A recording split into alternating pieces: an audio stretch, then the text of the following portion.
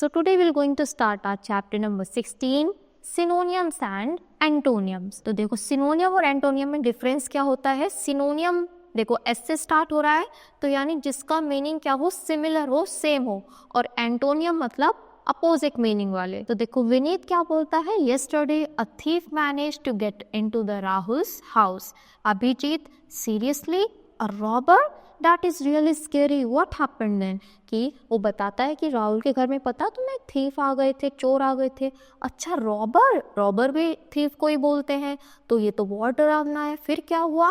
तो विनीत बताता है the stranger thing is that even after so much security the situation has not improve.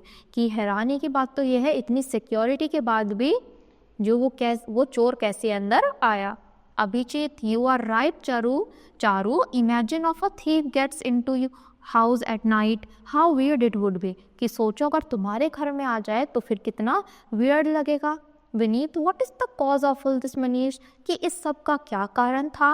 The reason is that people are not just scared of law.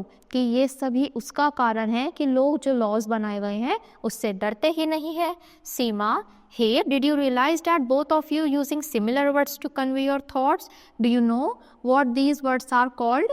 तो बोलते हैं कि तुम्हें पता है जो तुम दोनों ही वर्ड्स यूज़ कर रहे हो, इन दोनों का मीनिंग ही सेम है. क्या तुम जानते हो इन वर्ड्स को क्या बोलते हैं. कि नहीं, हमें नहीं पता, हमें बताओ.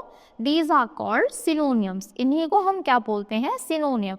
यानी जिसके मीनिंग क्या होते हैं, सेम सेम. जैसे देखो thief, robber, strange, weird, cause और रीजन. तो ये क्या है, इन सभी के मीनिंग सिमिलर है. तो एस से सिमिलर और एस से सिनोनियम. तो जैसे स्ट्रेंज को क्या होगा, फनी या वियर्ड. तो स्ट्रेंज होता है वियर्ड. तो it has been raining since the last 2 days. The weather seems funny as the run is shining while it is raining. What a weird looking hat. कि ये हैट कितनी ज़्यादा weird लग रही है. फिर आता है फिक्स, जिसका मतलब होता है रिपेयर. फिक्स या रिपेयर, तो बात तो एक ही है. तो I need to fix my telephone as it is not working. तो ये काम नहीं कर रहा, मुझे इसे फिक्स कराने की ज़रूरत है. तो you need repair the roof today. कि आज तुम्हें जो रूफ है, छत है, उसको रिपेयर कराना पड़ेगा. फिर मेक या फिर प्रिपेयर, तुम मुझे क्या करते हैं. We need to work hard to make our annual programme success. हमें हार्ड वर्क करना है ताकि हम एनुअल प्रोग्राम को अच्छे से सक्सेसफुल बना सके. और you need a prepare well for your examination. तो दोनों की मीनिंग ही सेम है. ऐसे ही टेस्टी क्या होता है और डिलीशियस दोनों ही सेम होता है. कि the cake look so tasty, ये बहुत ज़्यादा टेस्टी है, और जो मेरा बर्थडे केक था वो बहुत ज़्यादा डिलीशियस था. फिर शो, बोलते हैं ना कि show me this, show me that. तो शो और डिस्प्ले, तो show me the books you bought today. जो तुम आज लेकर आए हो वो बुक्स मुझे दिखाओ. और can you display the dress kept in the store. कि जो ड्रेस डिस्प्ले में रखी है क्या तुम मुझे वो दिखा सकते हो.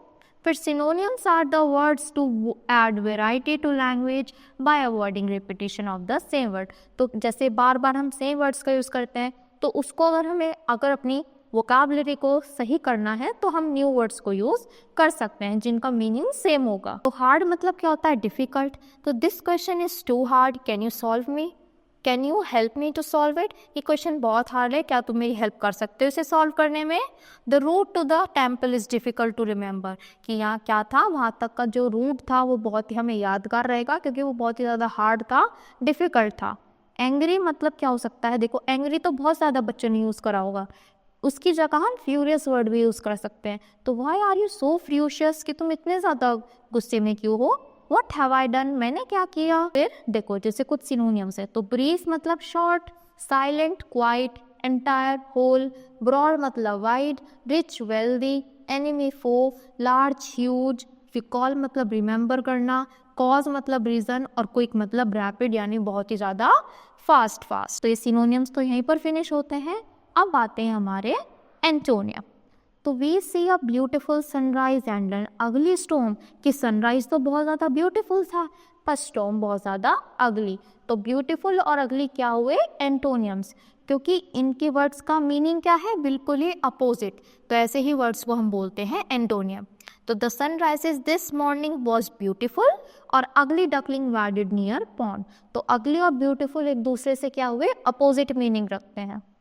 तो नॉइसी और क्वाइट नॉइज मतलब बहुत ज़्यादा शोर, और क्वाइट मतलब बिल्कुल शांत। तो the people at the crossing were noisy, जो पीपल क्रॉस कर रहे थे रोड को वहाँ बहुत ज़्यादा शोर था। और we need some peace and quiet, class में टीचर बोल रही है कि हमें बहुत ज़्यादा शांत रहना। बिगिन और एंड, तो बिगिन मतलब किसी चीज़ को स्टार्ट करना और एंड मतलब फिनिश। तो get up early in a good way to begin a day, कि सुबह जल्दी उठना चाहिए ताकि हमारे दिन की शुरुआत बहुत ज़्यादा अच्छी हो।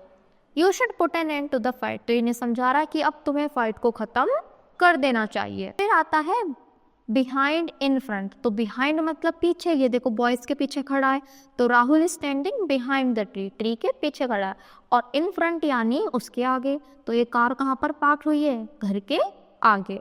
फिर क्रूअल और काइंड, क्रूअल मतलब बहुत ज़्यादा ऐसा नेचर अच्छा नहीं होता जिसका खड़ूस, और काइंड मतलब बहुत ही प्यारी। तो we should not be cruel to animals, कि हमें एनिमल के साथ, देखो ये इसकी पूंछ पकड़ के इसको परेशान कर रहा है, तो हमें उनके साथ ऐसे बिहेव नहीं करना चाहिए। Neel is a kind at heart, तो नील बहुत अच्छा है, देखो क्योंकि वो क्या कर रहा है? काऊ को ग्रास खिला रहा है, उसकी हेल्प कर रहा है। तो क्रूअल और काइंड बिल्कुल अपोजिट हो गए। फिर नियर मतलब पास और फार मतलब दूर, तो चेयर कहाँ पर रखी है? टेबल के पास में, और जो डियर कहाँ है? फार अवे, इनसे दूर खड़ा है।